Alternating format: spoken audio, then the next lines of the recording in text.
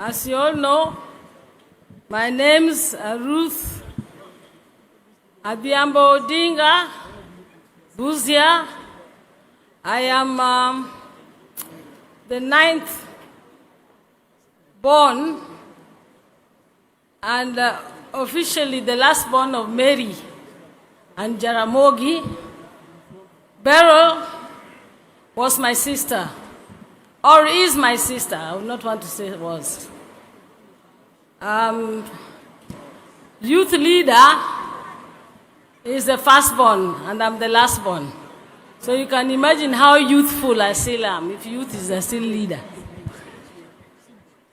It's a bit hard for me to actually stand up here to talk about my sister Beryl as if she's no more. Beryl and I were very, very close. Beryl is a sister I had when all my other siblings, my older siblings, were abroad. Honorable Buru was in Russia. Honorable His Excellency Raila Odinga was in Germany. My sister Wenwa was in Germany. My brother Gola was in Russia. And so, basically, Wenwa is Beryl was the one who went to Nairobi University. But before that, she was the one who was with us. For me, she loved me a lot. I was that young sister they all had that they never expected their mother to have.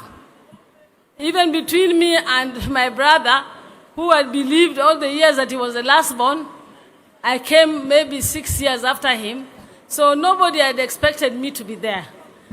So they all pampered me, but Beryl was there with me as I was growing up. When I was in primary, I remember she even wrote an essay for me in school, and when I went, the teacher was very suspicious. Mr. Fernandez said, "Are you sure you're the one who wrote this?" Because Beryl had impeccable English, and she was really good in English. So she wrote for me an essay that was not for a person who is in standard 5. The teacher then made me a week later to write the same essay, and you can imagine what happened. But Beryl really mattered us.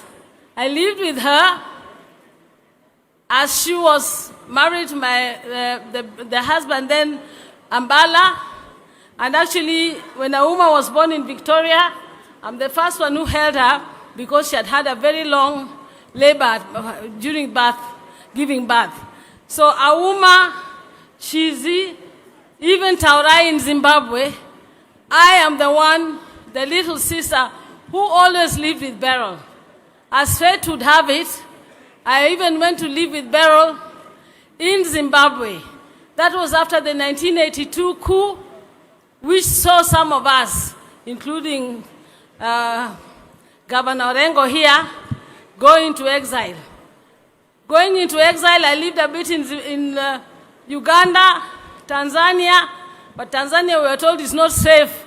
They were returning all refugees to Kenya, so I then had to go to Zimbabwe and live with Beryl in Zimbabwe, where I did Form 5 and Form 6. I was one of the only people who went to school through Beryl, who went to school driving a Jaguar and parked it next to the teachers who didn't have Jaguar. You can imagine how I was getting a lot of X's on in my exams. So Beryl was a very special person. Amongst us all, apart from Raila, I would say Beryl is someone who loved her family. She wasn't such a public person, but Beryl loved her family. She loved us all. And she strived, because Beryl was a classy lady. She believed, and I think it's true anyway, that we come from a royal background, and therefore we must always remain royal. That was my sister Beryl. She didn't want all this, and she'll tell you, you get what I mean. I get it, because, and you get it. Are you getting it, you people? Yeah, that's Auntie B for you. She taught us impeccable English. She taught us to read. I read the first comic books when I was in standard 4. There was Dandy, there was Bino, there was Andy Cap, there was Tintin. You know, any of you can remember those. Then she put us into James Hadley Chase, which were some novels. And she loved reading. She loved novels. She loved us to know. She taught me how to use my fork and knife and to put it properly. And she taught me a lot, and she taught all of us. We all lived with her in Zimbabwe. My brother died, and she took up my brother, the third born, Agola. She took up Agola's children and Agola's wife and took them to Zimbabwe.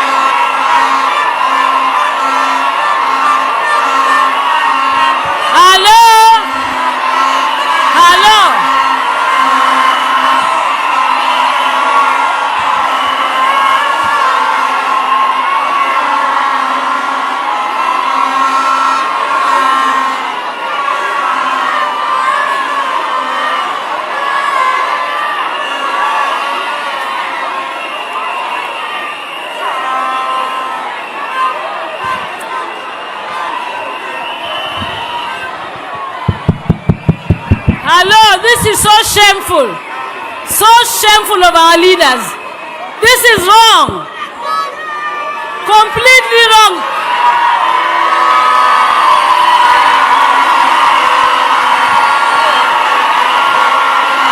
Niombe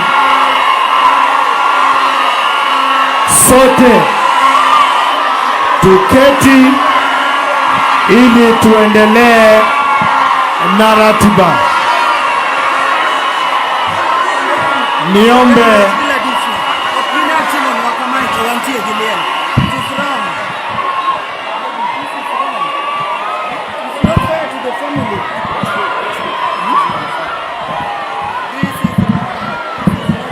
asante. Niombe sote tuliosimama tusalie kuketi, na niwakumbushe kwamba tuko kwa ibada ya wakfu. Wewe ulio na vuvuzela na hiyo bango, huyo kijana aweke chini. Utaweka chini.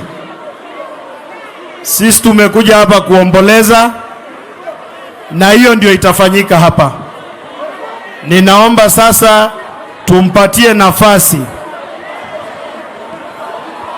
aliyekuwa anatuzungumzia anapoendelea hapa. Kama nilivyopanga, maafisa walio na sare rasmi ya serikali peke yake, wengine wote walinzi na wasaidizi bukae nje ya hema, na itifaki hiyo ifuatwe kikamilifu.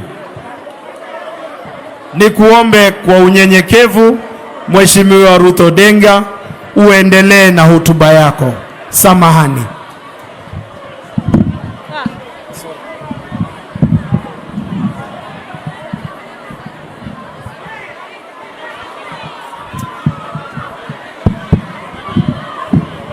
Hello? We can't even continue. It is unfair to come and do this kind of thing. My sister was so peaceful. She would have loved to have a peaceful funeral. My fellow colleagues, my fellow politicians, this is an embarrassment. It is not right. Haya, naendelea. Wacha niendelee. My sister was the first woman in the independent Zimbabwe and first black to become the town clerk in the third largest city called Mutare. You can imagine how hard it was working that time when they were still just independents, and most of those blacks there wanted themselves to become the clerks.